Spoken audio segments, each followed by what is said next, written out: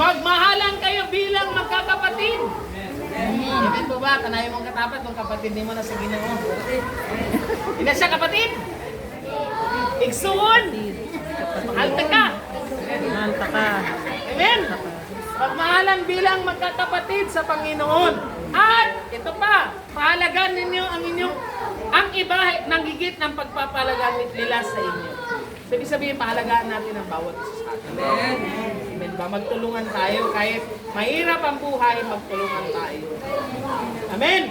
Sabi nila sa 11, magpakasipag kayo. Uy, tanay mo ka na, magpakasipag kayo. Maunang, gina-challenge na ako ang men and women. Ubarin ako si Ulay Bibot. Si Bro Eric, si Ma'am Ivy. Pastor Jerry, kami, iba na mininyo sa simbahan, maglimpit na. Naghanap ko sila. Nag-email raw ako.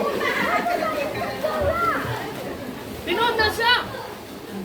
Amen ba? Kaya isa lang ba yan to? Kada second Saturday ra. So, unta mo ubantag tanan. Kung ubantag diri karon, ubantag tanan. Amen. Naunya na lang. Naunya. Di tinabitaw na magpagsipag kayo.